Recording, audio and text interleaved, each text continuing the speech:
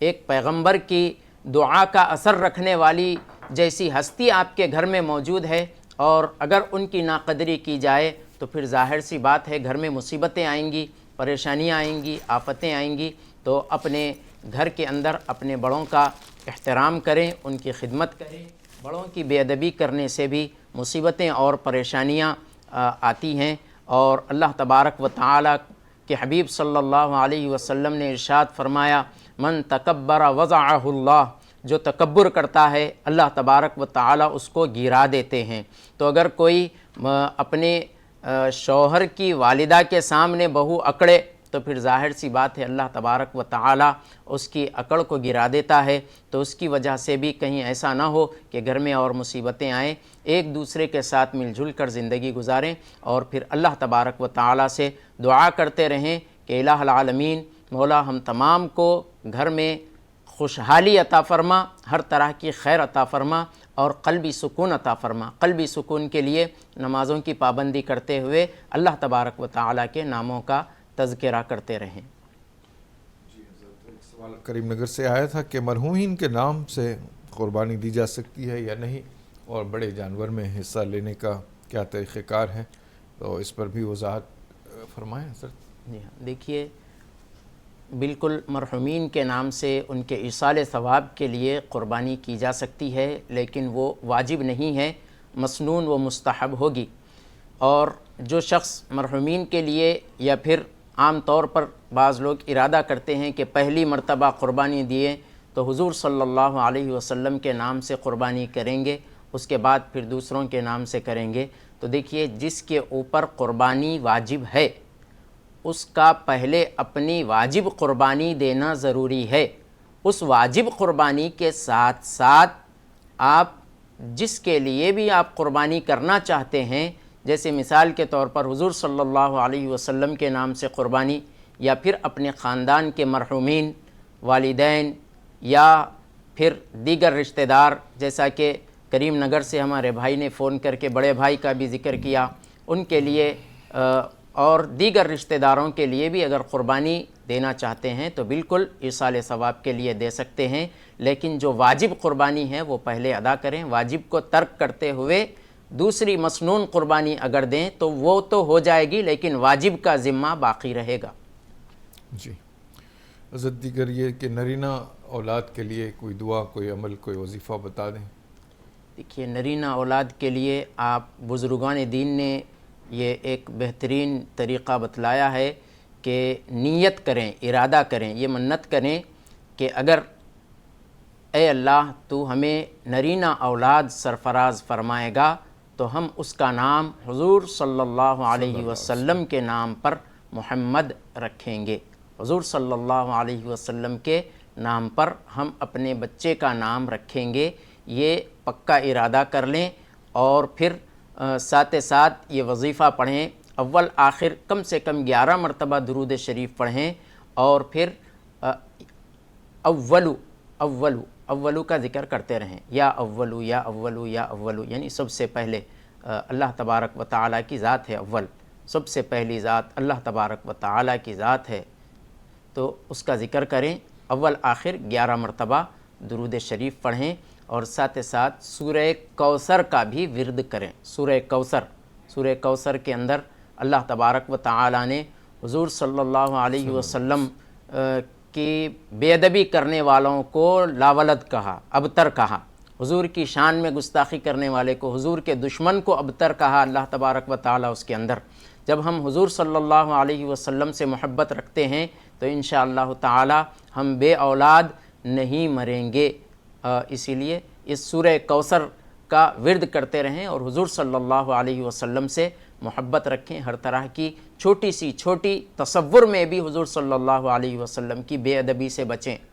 جی انشاءاللہ۔ دیگر سوال یہ تھا کہ بھائی صاحب نے ایک مرتبہ حج کیا ہوا ہے، پھر دوسری مرتبہ جانے کی خواہش رکھتے ہیں اور انتظامات بھی ہیں، خرچ وغیرہ بہت زیادہ ہے بتا رہے تھے، تو پھر دوبارہ حج کرنا مناسب ہوگا؟ کیا یہ پیسہ کسی کار خیر میں لگا دیا جائے، یہ مناسب ہوگا؟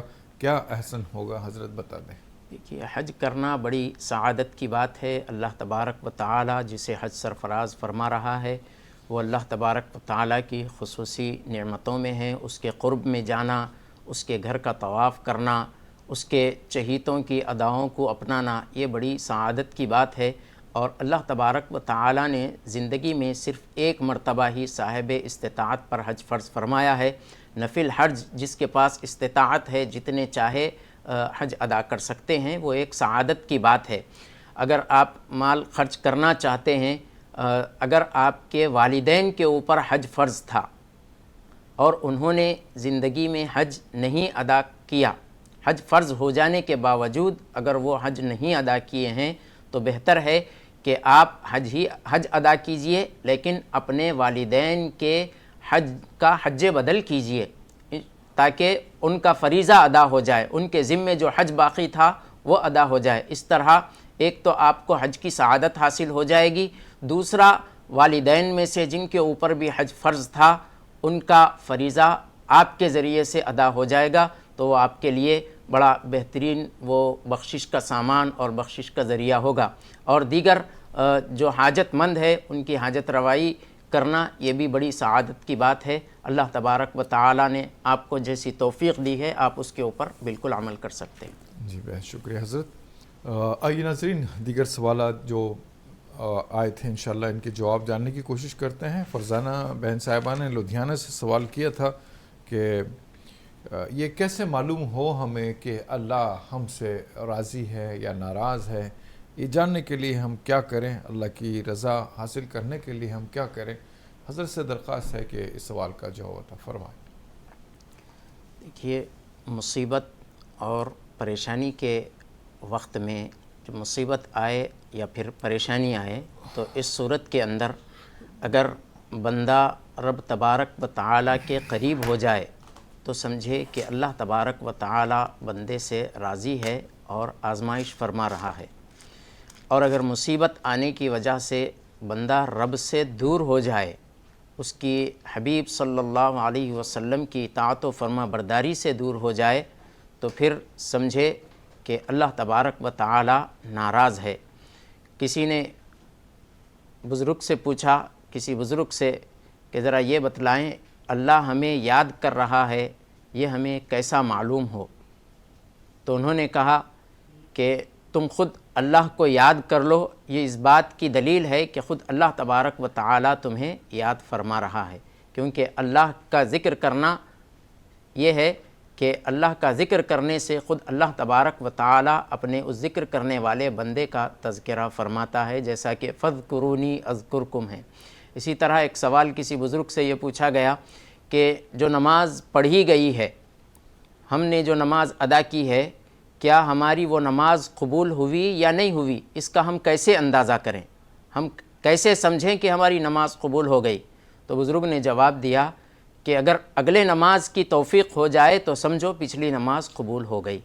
تو اسی طرح مصیبت یا کوئی پریشانی آ جائے یا جس حال میں ہو، اس حال میں اگر اللہ تبارک و تعالیٰ کی خوشنودی اور اس کی رضامندی ہمارے فکر و خیال میں ہے اور ہم اس کی طرف راغب ہے، تو سمجھو کہ اللہ تبارک و تعالیٰ ہم سے راضی ہے۔ اور اللہ تبارک و تعالیٰ کی خوشنودی کا خیال ہم سے چلا جائے، اس کی رضا جوئی کا خیال ہم سے چلا جائے اور اس کی قربت کا خیال یا اس کا خوف ہمارے دلوں سے نکل جائے، تو پھر سمجھیں اللہ تبارک و تعالیٰ ہم سے ناراض ہے۔ اللہ تبارک و تعالیٰ ہم سب کو اپنی رضا عطا فرمائے۔ اور دیگر یہ سوال آیا تھا، بہن صاحبہ نے سوال کیا تھا کہ گھر میں کچھ پریشانی بھی ہے، کام کاج کاروبار صحیح نہیں ہے، روزی روٹی میں اضافہ ہو، اس کے لیے کوئی دعا بتائیں، کوئی وظیفہ بتائیں جس سے روزی جاری ہو جائے اور اس میں برکتیں آ جائیں اور بے فکری کی روزی مل جائے۔ جی ہاں، بالکل۔ 5 وقتہ نمازیں ادا کرنے کے بعد، ہر نماز کے بعد جب دعا کی جاتی ہے تو سنت و نوافل سے فارغ ہونے کے بعد جو سکون سے تفصیل سے دعا کرتے ہیں، اس دعا کے اندر اللہم اکفنا بحلالک عن حرامک واغننا بفضلک عمن سواک، یہ دعا کا اہتمام کریں۔ انشاءاللہ تعالی اللہ تبارک و تعالی اپنے سوا کسی کا محتاج نہیں رکھے گا۔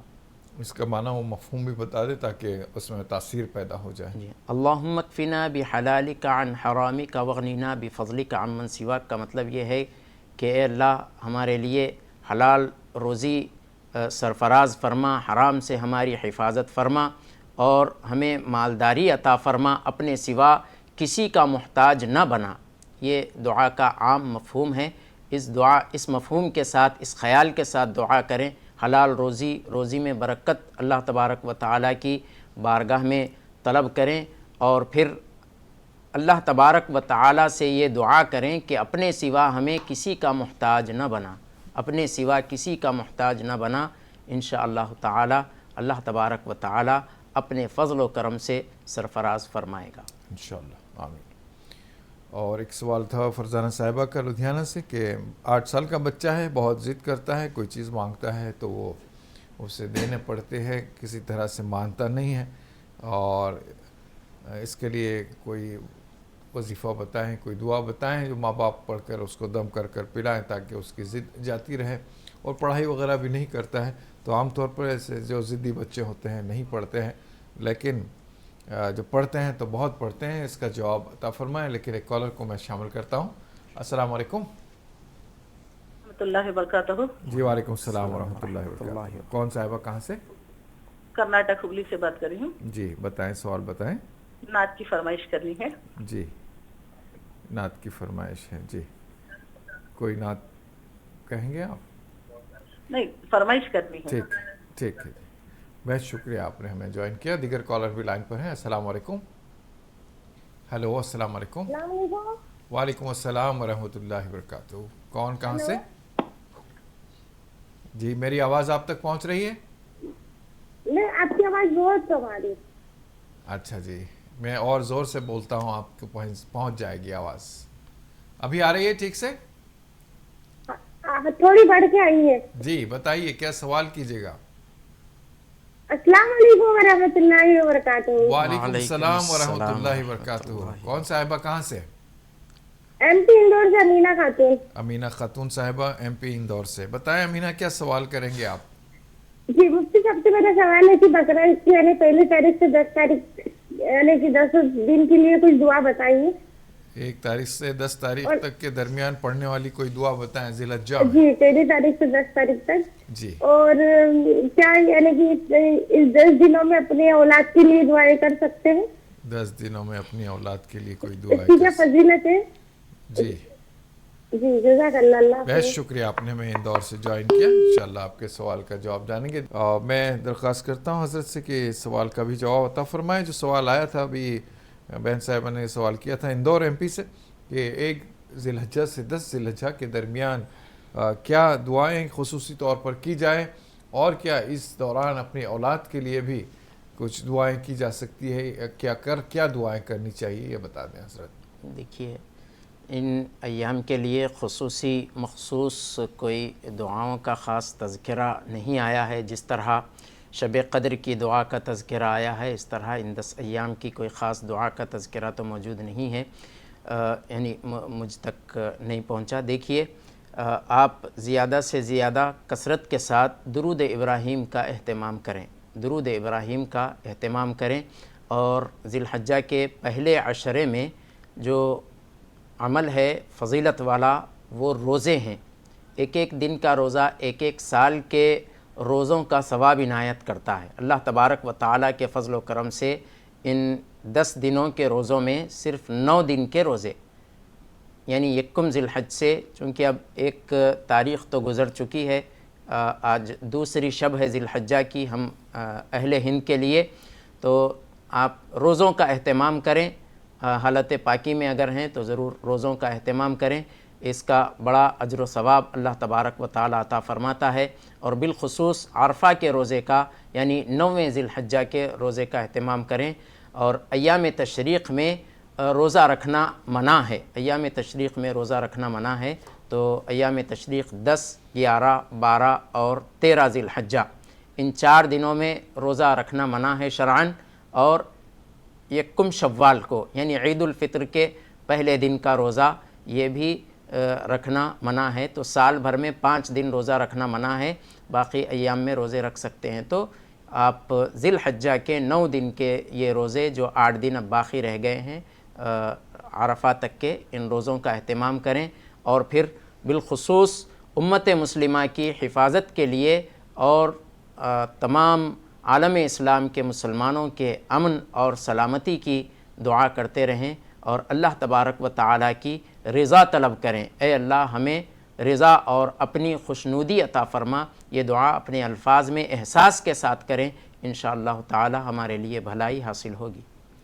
جی حضرت، اپنی اولاد کے لیے کوئی خصوصی دعا اس دوران، جیسے اس دوران خصوصی طور پر حضرت ابراہیم علیہ السلام نے اپنے اولاد کے لیے اگر کی ہو، یا بی بی ہاجرہ اور سارہ رضی اللہ تعالیٰ عنہما نے کی ہو، تو ایسی کوئی دعا ہو تو بتا دیں تاکہ ہم اپنی اولاد کے لیے کر سکیں۔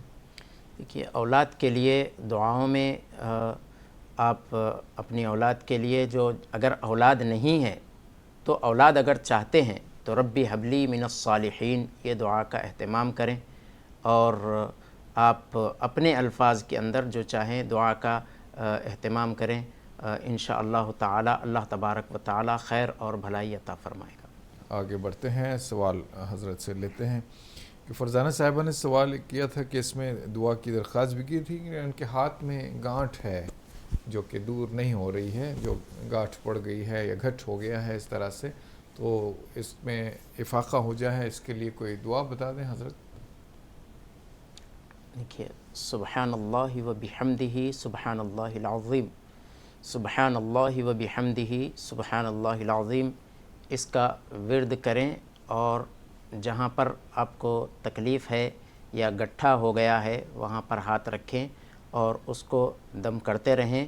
اس کے علاوہ جو علاج ظاہری ہے، جو ظاہری علاج دواؤں وغیرہ کا جو ہوتا ہے، آپ اس کا اہتمام کریں، دوا اور دعا دونوں کا اہتمام کریں، انشاءاللہ تعالی آپ کو افاقہ اللہ رب العزت سرفراز فرمائے گا۔ جی انشاءاللہ۔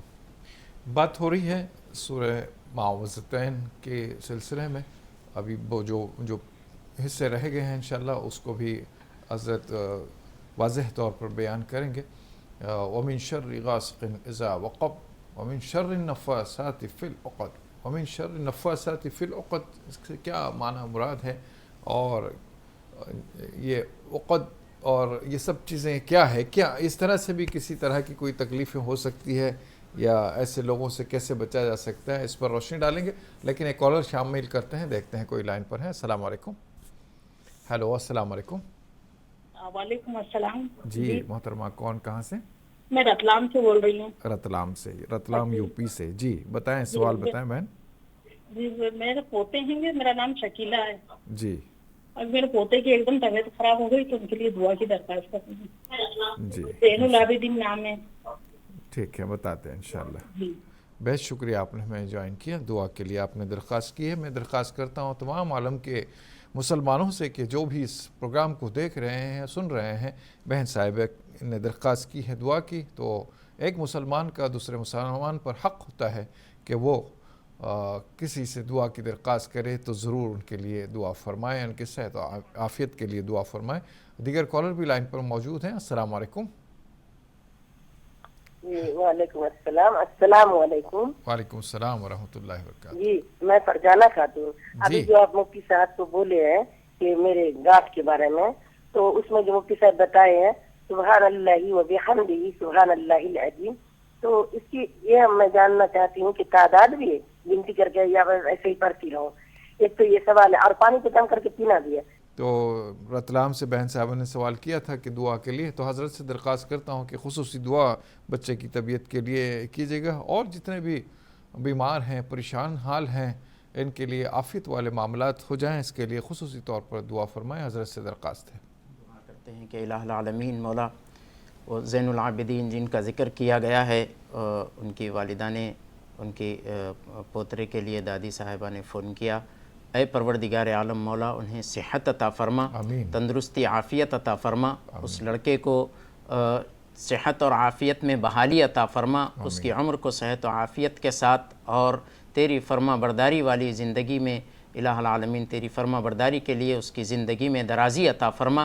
الہ العالمین مولا جتنے بیمار ہیں ہم دعا کرتے ہیں اور ناظرین سے خواہش ہے کہ دعا پر آمین کہیں۔ اے اللہ جتنے بیمار ہیں ان سب کو شفا عطا فرما، شفائے کاملہ عاجلہ دائمہ مستمرہ عطا فرما۔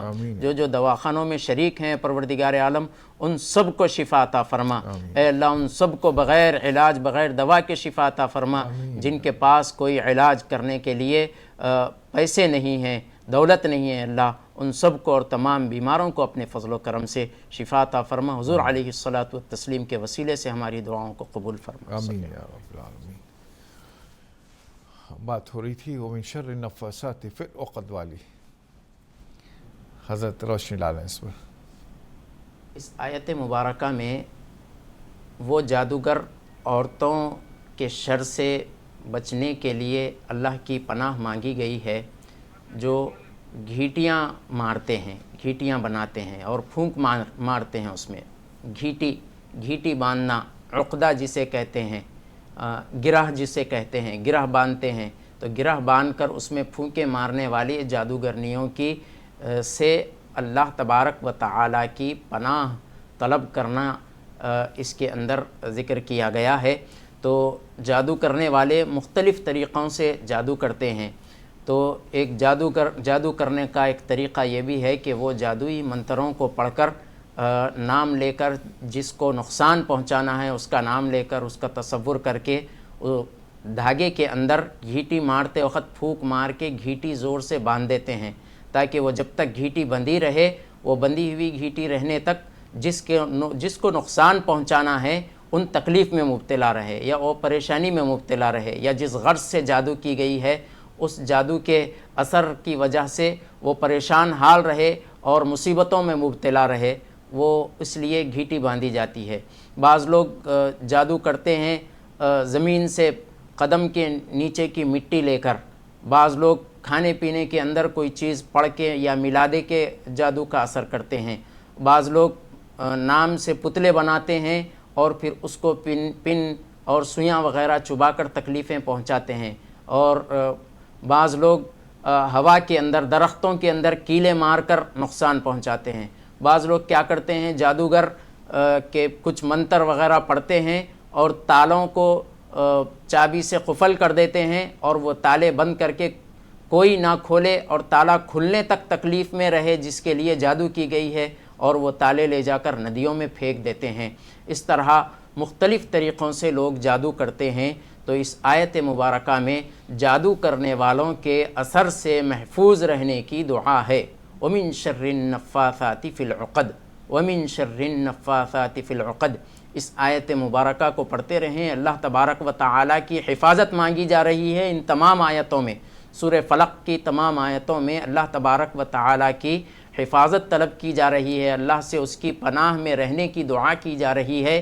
اور کون ہے جو بچائے، ہر مصیبت سے بچائے؟ دیکھیے جادو اور نظر بد یہ ایسی چیزیں ہیں، حدیث شریف میں آیا ہے کہ یہ انسان کو قبر تک اور اونٹ کو ہنڈی تک پہنچا دیتے ہیں، یعنی موت تک پہنچا سکتے ہیں۔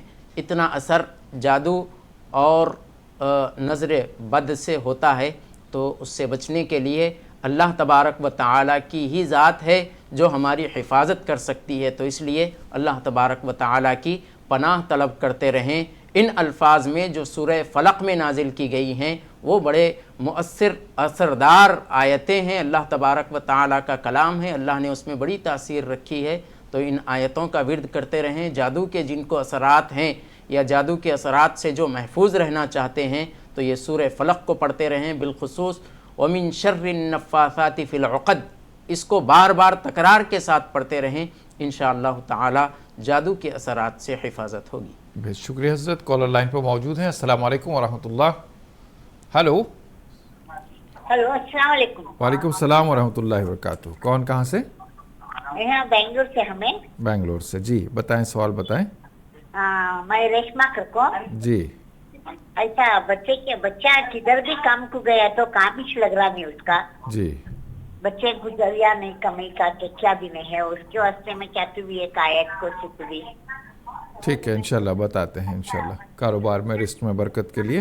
بہت شکریہ، آپ نے بنگلور سے جوائن کیا، انشاءاللہ آپ کے سوال کا ہم جواب دیں گے، کوشش کریں گے۔ اور کوئی کالر لائن پر ہو تو شامل کریں گے۔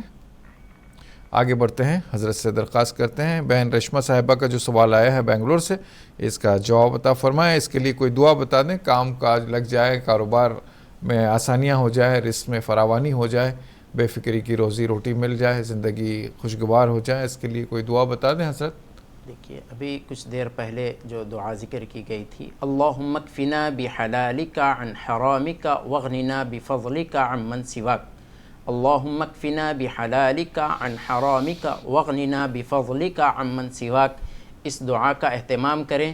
اور آپ نے فون کیا ہے اپنے اولاد کے لیے، رزق کی برکت کے لیے آپ جو ہے دعا کرنا چاہتی ہیں، تو اللہ تبارک و تعالیٰ کی بارگاہ میں راست آپ اپنے الفاظ میں احساس کے ساتھ، تڑپ کے ساتھ آپ رب تبارک و تعالیٰ کی بارگاہ میں آپ اپنے الفاظ میں دعا کریں۔ اللہ تبارک و تعالیٰ دیکھیے جو آیتیں پڑھنے کے لیے کہا جائے یا جو دعا کے الفاظ کہے جائیں، ان الفاظ کی طرف آپ کا ذہن ہو اور دل کے اندر تڑپ پیدا نہ ہو تو وہ دعا کی تاثیر اتنی زیادہ نہیں ہوتی جتنی تاثیر ہم اپنے الفاظ میں اللہ تبارک و تعالیٰ کے حضور اپنے انداز میں رب تبارک و تعالیٰ کی بارگاہ میں تڑپ کر دعا کریں تو اس دعا کا اثر بہت زیادہ ہوتا ہے۔ اور ماں کی دعا تو عرش تک پہنچتی ہے، اور ماں کی دعا اولاد کے حق میں، والد کی دعا اولاد کے حق میں، والدین کی جو دعائیں ہیں اولاد کے حق میں ایک نبی کی دعا کا اثر رکھتے ہیں۔ جس طرح نبی امت کے حق میں دعا کریں تو اثر والی ہوتی ہے، اسی طرح ماں باپ کی دعا اولاد کے حق میں اثر والی ہوتی ہے۔ تو آپ اپنے الفاظ میں اللہ تبارک و تعالیٰ کے حضور سجدہ ریز ہو کر دعا کریں، انشاءاللہ تعالیٰ اللہ تبارک و تعالیٰ آپ کے بیٹے کی تمام پریشانیوں کو اپنے فضل و کرم سے دور فرمائے گا اور بحالی عطا فرمائے گا انشاءاللہ۔ کالر لائن پر موجود ہیں، السلام علیکم۔ السلام علیکم، ہیلو جی السلام علیکم۔ وعلیکم السلام جی کون صاحبہ، کہاں سے؟ میں منڈیا سے بات کر رہی ہوں۔ جی بتائیں کیا سوال ہے آپ کا؟ میری لڑکی 7 سال ہو گیا شادی ہو کے، ہر رپورٹ نارمل ہے، لڑکی کو اولاد نہیں ہے، اولاد کے لیے اولاد کے لیے دعا چاہتے ہیں آپ، ٹھیک ہے انشاءاللہ۔ بہت شکریہ آپ نے ہمیں جوائن کیا، انشاءاللہ درخواست کرتے ہیں حضرت سے کہ دعا بتائیں جس میں اولاد ان کو ہو جائے، خوشیاں مل جائیں انشاءاللہ۔ بہت شکریہ آپ نے ہمیں جوائن کیا۔ حضرت سے درخواست ہے کہ بہن صاحبہ کا یہ سوال ہے، اس کے لیے کوئی دعا بتائیں، کوئی دوا بتائیں، کوئی طریقہ کار بتائیں جس سے یہ صاحب اولاد ہو جائیں اور اللہ کے شکر گزار ہو جائیں۔ اولاد ہونا یا نہیں ہونا یہ سب من جانب اللہ ہے۔ اللہ تبارک و تعالی جسے چاہتا ہے، جب چاہتا ہے، جیسی چاہتا ہے اولاد سرفراز فرماتا ہے۔ اللہ کی رحمت سے مایوس نہ ہوں، اللہ کی ذات سے نا امید نہ ہوں، انشاءاللہ تعالی اللہ تبارک و تعالی ضرور عن قریب اپنے فضل و کرم سے اولاد سرفراز فرمائے گا۔ دیکھیے تمام رپورٹس نارمل ہونے کے باوجود بھی اولاد نہیں ہیں۔ دیکھیے یہ ممکن ہے اللہ تبارک و تعالی آزمائش میں مبتلا رکھ کر یہ امتحان بھی لیتا ہے۔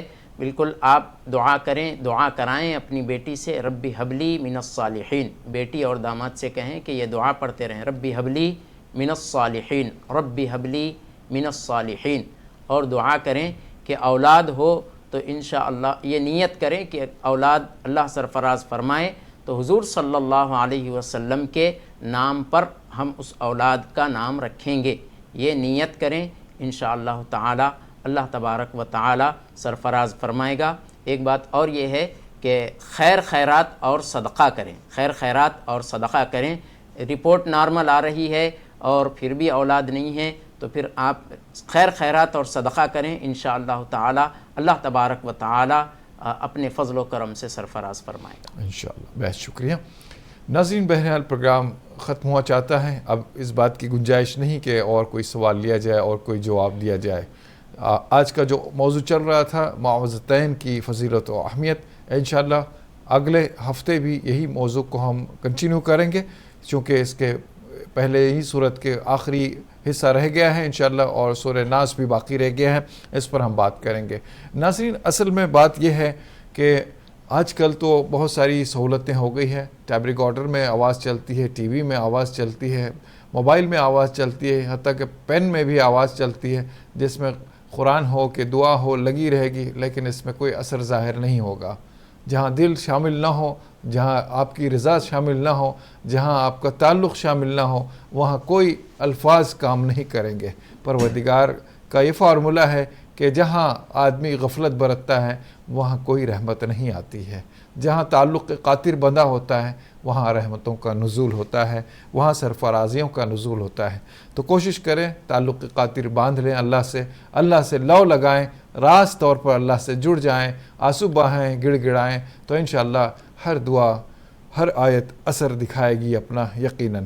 اس عمل کو کر کے دیکھیں، انشاءاللہ ضرور آئے گا۔ صرف آواز چلتی رہی، زبان سے آواز نکلے کہ ٹیپ ریکارڈر سے آواز نکلے کہ کمپیوٹر سے آواز نکلے کہ موبائل سے آواز نکلے، کوئی اثر ظاہر نہیں ہوگا جب تک کہ اس میں دل کی کیفیت میں لرزہ نہ ہو، جس میں خشیت نہ ہو، جس میں اللہ کا جو ہے قرب حاصل نہ ہو، تو ایسی صورت میں کوئی عمل صادق نہیں ہوگا، کوئی عمل کامیاب نہیں ہوگا۔ تو کوشش یہی کریں کہ اللہ سے لو لگائیں اور جو بھی دعا کرنا ہو گڑ گڑائیں، روئیں۔ پروردگار ہمارا رب ہے، ہماری نہیں تو پھر کس کی سنے گا؟ یقیناً اللہ ہماری سننے والا ہے۔ وہ خود کہتا ہے کہ کوئی دعا کرتا ہے تڑپ کر، گڑ گڑا کر، تو ضرور اسے اللہ قبول کرتا ہے۔ بہرحال اجازت چاہتا ہے آپ کا میزبان محمد مظہر قادری۔ انشاءاللہ پھر کسی پروگرام میں آپ سے ضرور ملاقات ہوگی۔ آپ کا شکریہ، آپ کے کالز کا شکریہ، آپ کی ہمت افزائی کا، آپ کی دعاؤں کا شکریہ، اور شکریہ مہمان محترم کا، دونوں حضرات کا، نعت خواں صاحب کا، اور وہ جو ٹیم لگی ہے کیبن کرو کا۔ انشاءاللہ ہمارا پروگرام چل رہا ہے 10:30 بجے سے آج شروع کیا گیا ہے۔ انشاءاللہ اگلے پروگرام بھی 10:30 بجے سے 12 بجے تک چلے گا۔ انشاءاللہ 1.5 گھنٹے میں آپ ہمارے ساتھ شامل ہوں گے، اپنے مسائل کو حل کرنے کی کوشش کریں گے۔